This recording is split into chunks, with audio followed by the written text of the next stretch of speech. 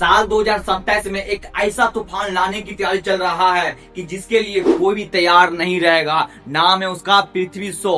पृथ्वी show क्या बर्बाद हो गया? पृथ्वी शो अभी कहाँ है और क्या कर रहा है?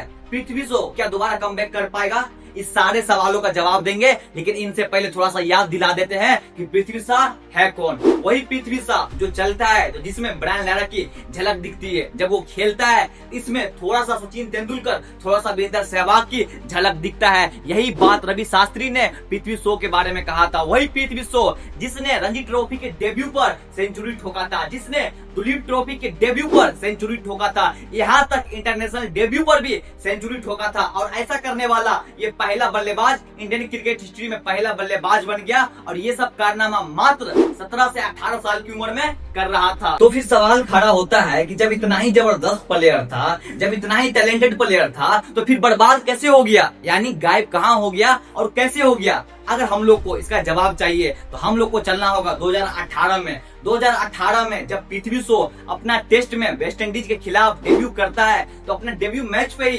सेंचुरी मार के पूरी दुनिया को अपना जलवा दिखा देता है। उसके बाद 2019 में उनको ऑस्ट्रेलिया के खिलाफ मौका मिलता है, लेकिन वहां पर फील्डिंग के वक्त जब वो कैच पकड़ने जाते हैं तो वो इंजर्ड हो जाते हैं। और इंजर्ड की वजह से कुछ महीनों तक टीम से बाहर चले जाते हैं। फिर उनका वापसी होता है 2020 में न्यूजीलैंड के खिलाफ, और ओडीआई में भी उनका डेब्यू हो जाता है। और ओडीआई के अंदर वो 3 मैच खेलते हैं, जिनमें एक मैच में वो 20 रन बनाते हैं, दूसरे मैच में वो 24 रन बनाते हैं, और तीसरे मैच में वो 40 रन बनाते हैं। और 2020 के अंत में फिर से उनको ऑस्ट्रेलिया के खिलाफ मौका मिलता है, यानी कि दिसंबर 2020 में ऑस्ट्रेलिया के खिलाफ टेस्ट के अंदर फिर से उनको मौका मिलता है। लेकिन वहां पर वो पृथ्वी शॉ अंदर आती हुई गेंद पे वो परेशान हो जाते हैं, और पहले टेस्ट के पहले इनिंग में 0 रन बना के आउट हो जाते हैं अंदर आती हुई गेंद पे। और दूसरे इनिंग में भी सेम वही गेंद, अंदर आती हुई गेंद पे वो 4 रन बना के आउट हो जाते हैं। फिर उनके बाद उनकी वापसी होती है टीम इंडिया के अंदर में 2021 में श्रीलंका के सामने। वहाँ वो 3 ओडीआई मैच खेलता है, जिसमें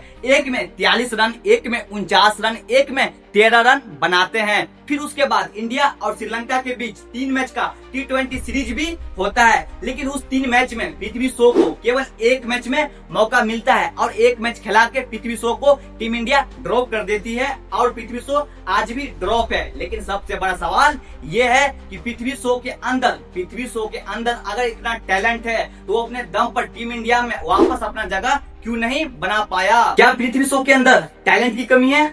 बिल्कुल भी नहीं मेरे भाई, बिल्कुल भी नहीं। पृथ्वी शॉ ने बहुत कम उम्र में पैसा और नाम दोनों कमा लिया, जिसकी वजह से धीरे धीरे उनके मोटिवेशन में कमी आने लगी, उनकी जिद में कमी आने लगी, उनके जुनून में, उनके प्रैक्टिस में कमी आने लगी। पहले वो 8 घंटा प्रैक्टिस करता था, लेकिन उनके बाद वो 4 घंटा प्रैक्टिस करने लगा। पहले वो सवेरे सोता था, लेकिन उसके बाद वो 2 बजे रात को सोने लगा। डाइट पे उनका कंट्रोल नहीं था, वो कुछ भी खाता था, जिनकी वजह से उनका वजन बढ़ गया, और गलत दोस्ती यारी के चक्कर में गलत ट्रैक पे चला गया। और ये सारी बातें मैं नहीं कह रहा हूँ, ये सारी के सारी बातें खुद पृथ्वी शॉ ने एक इंटरव्यू में कहा है। वो इंटरव्यू आप भी जाके देख सकते हैं। न्यूज 24 स्पोर्ट यूट्यूब पे एक चैनल है, वहीं पे ये इंटरव्यू अपलोड है। और साथ में पृथ्वी शॉ ने ये भी बात कही है कि सारी की सारी गलती मेरी थी। जब मैं एक चीज पृथ्वी शॉ के बारे में सोचता हूँ तो मुझे बहुत तकलीफ होता है।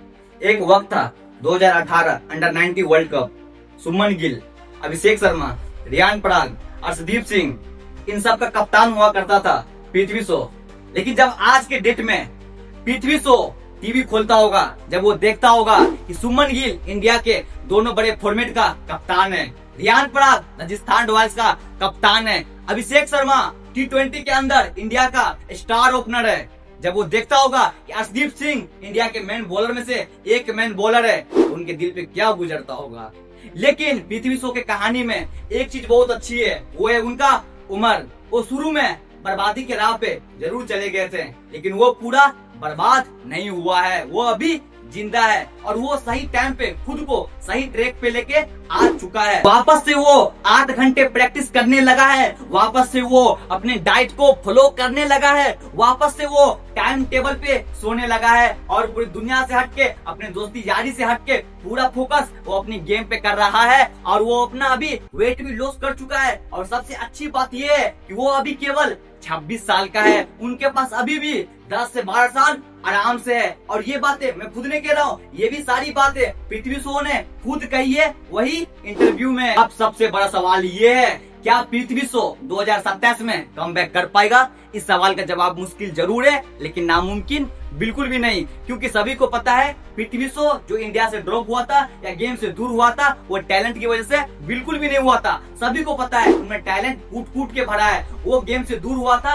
वो टीम इंडिया से ड्रॉप हुआ था सिर्फ इस वजह से क्योंकि उसने कम उम्र में नाम कमा लिया, पैसा कमा लिया और उस चीज को वो संभाल नहीं पाया। उसको गाइड करने वाला भी कोई नहीं था और वो गलत ट्रैक पे चला गया था। लेकिन अच्छी बात यह है कि वापस से वो सही ट्रैक पे चला आया है और जम के मेहनत कर रहा है और बिल्कुल फोकस के साथ मेहनत कर रहा है और वो बस तैयार है और इंतजार में है कि बस एक मौका मिल जाए। लेकिन सबसे अच्छी बात यह है कि भले ही पृथ्वी शॉ 2025 के आईपीएल ऑक्शन में अनसोल्ड गया था, लेकिन 2026 के आईपीएल ऑक्शन में कम से कम लास्ट राउंड में भले ही बेस्ट प्राइस 75 लाख में, लेकिन कम से कम दिल्ली कैपिटल्स पृथ्वी शॉ को खरीद तो लिया। लेकिन गम की बात यह भी है कि आईपीएल के किसी एक टीम में 25 प्लेयर का स्क्वाड होता है और दिल्ली कैपिटल्स आईपीएल 2026 में 20 से 21 प्लेयर का इस्तेमाल किया, लेकिन उसमें पृथ्वी शॉ का नाम नहीं था, उसको इस्तेमाल नहीं किया। लेकिन कोई बात नहीं, देर से लेकिन दुरुस्त 1 साल और मिल गया उनको अपनी तैयारी के लिए। बस उम्मीद करते हैं 2027 में दिल्ली कैपिटल्स उनको रिलीज नहीं करे, बस उनको रिटर्न कर ले। और ये भी उम्मीद करते हैं कि दिल्ली कैपिटल्स 2027 के आईपीएल में पृथ्वी शॉ को जरूर मौका देगा।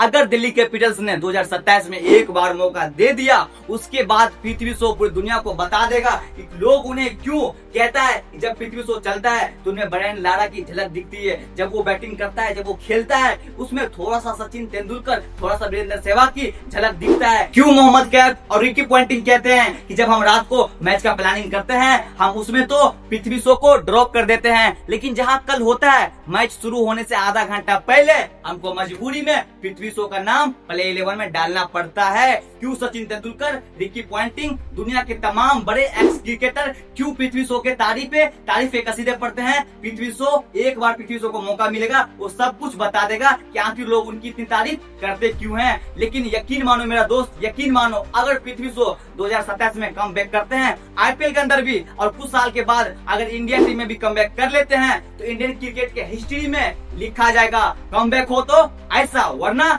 ना हो।